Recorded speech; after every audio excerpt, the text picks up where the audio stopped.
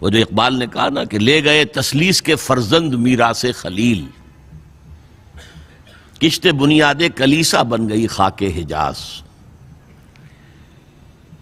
تسلیس کے فرزند میراث خلیل لے گئے تھے، بیت المقدس ان کے کروسیڈرز کے قبضے میں آ گیا تھا 1099 میں، اور رہا تھا 1187 تک، 88 ایئرز۔ لے گئے تسلیس کے فرزند میراث خلیل۔ تو میراث موسوی جو تھی وہ منتقل ہو گئی محمد رسول اللہ صلی اللہ علیہ وسلم اور آپ کی امت کو۔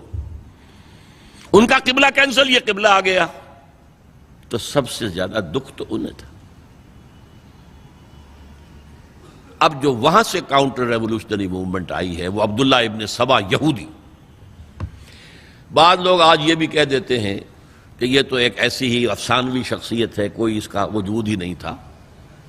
بڑی زیادتی کرتے ہیں، خاص طور پر ہمارے بعض اہل تشیع یہ کہتے ہیں، حالانکہ ان کی کتابوں کے اندر درج ہے کہ حضرت علی نے عبداللہ ابن سبا اس کے 40 ساتھیوں کو آگ میں زندہ جلوایا۔ رجال کشی کے اندر دیکھ لیجیے، لکھا ہوا موجود ہے۔ لیکن چونکہ کچھ لوگوں نے شیعت کے لیے لفظ سبائیت استعمال کرنا شروع کر دیا، اس لیے وہ ڈیفنس میں کہتے نہیں نہیں، سبا تو یہ تو افسانوی شخصیت ہے، سبا کوئی تھا ہی نہیں عبداللہ ابن سبا۔ نہیں، عبداللہ ابن سبا ایک شخص تھا یہودی، وہ اسلام کا لبادہ اوڑھ کر آ گیا دارالاسلام میں، حضرت عثمان رضی اللہ تعالیٰ عنہ کا عہد۔ اور ایک مغالطہ میں چاہتا ہوں کہ ان دی فرسٹ انسٹنس دفع کر دوں۔ عام طور پر اتنی غلط طریقے سے تاریخ بیان ہوئی ہے کہ حضرت عثمان کے عہد خلافت کو سمجھتے ہیں پورا کا پورا عہد خلافت غالباً فتنوں ہی کے اندر تھا اور اختلافات ہی تھے اور خانہ جنگ۔ معاذ اللہ، ایسا نہیں تھا۔ طویل ترین دور جو ہے دور خلافت حضرت عثمان کا ہے، 12 سال۔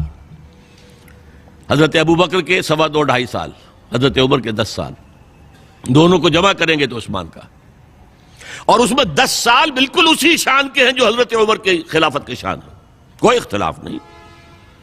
اور فتوحات کا دائرہ بڑھتا چلا جا رہا ہے، تھمتا نہ تھا کس چیز سے سیل رواں ہمارا۔ اس کے آخری ایام میں یہ شخص آیا اور اس نے ایک تو یہ کیا کہ پرانی جو قبائلی عصبیت تھی اس کو زندہ کیا۔ خلافت تو بنو ہاشم کا حق ہے، محمد ہاشمی تھے صلی اللہ علیہ وسلم۔ ہاؤ کم یہ ایک بنو امیہ کا شخص کیسے بیٹھا ہے؟ دیکھیے اس شخص نے کتنا انتظار کیا۔ حضرت ابوبکر بنو امیہ میں سے نہیں تھے، لہذا یہ فتنہ اس کے خلاف نہیں ہو سکتا تھا، کیونکہ چشمک جو تھی وہ بنو امیہ اور بنو ہاشم کی تھی، بڑی پرانی تھی۔ یہ بڑے برابر کے یہ دو کلینز جو تھے مد مقابل تھے ایک دوسرے کے، باقی چھوٹے قبیلے تھے، بنو تیم ہیں، بنو عدی ہیں، لیکن مقابلہ تھا بنو امیہ اور بنو ہاشم کا۔ حضرت ابوبکر بنو تیم میں سے، حضرت عمر بنو عدی میں سے، بنو امیہ میں سے حضرت عثمان۔ اب اس کو موقع ملا، اب آیا یہ اموی، یہ بن گیا۔ یہ سب غاصب ہیں، ابوبکر بھی، عمر بھی، عثمان بھی۔ خلافت پہلے دن سے علی کی ہے اور اس کو ملنی چاہیے۔ اس سے آگے بڑھ کر،